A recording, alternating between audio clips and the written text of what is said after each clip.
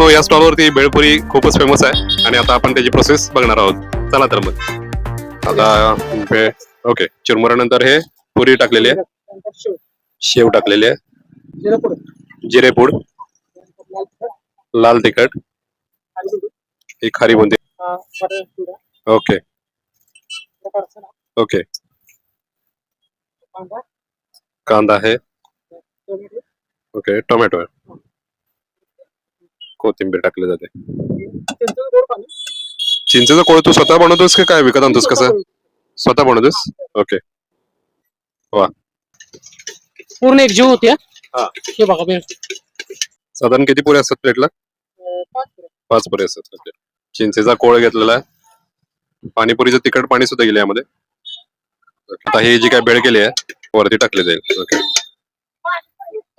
ही भेळपुरी आपल्या समोर तयार आहे. अंदाजा रेट किती आहे याचा? 50 रुपये. एक बाईट घेऊन बघूया.